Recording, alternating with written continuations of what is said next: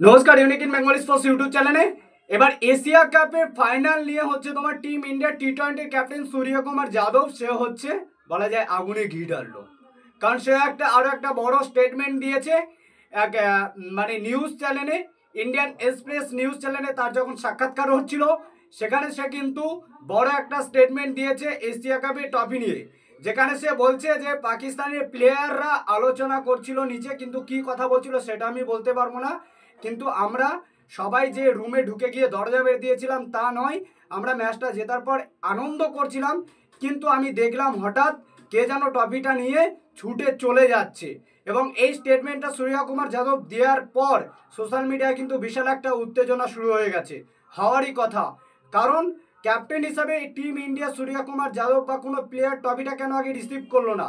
এবং এরা যে এন্টারটেনমেন্টটা শুরু করছিল ম্যাচ জেতার পর, এন্টারটেনমেন্টটা শুরু করার জন্য বলা যায় প্রাইজ সেরেমনির যে প্রোগ্রাম সেটা শুরু হয়েছে কিন্তু 1 ঘন্টা ডিলেতে এবং 1 ঘন্টা লেটে শুরু হয়েছে।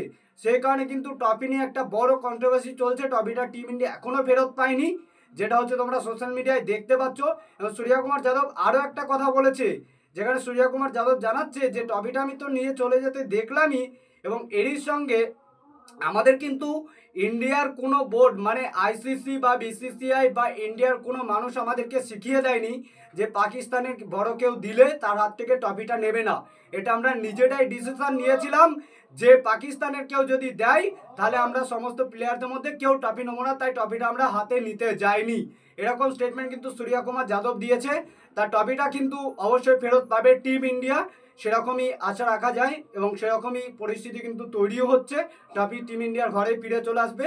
কিন্তু সূর্যকুমার যাদবের এই স্টেটমেন্টটা নিয়ে বলা যায় একটা ভীষণ সোশ্যাল মিডিয়ায় আলোচনা শুরু হয়েছে।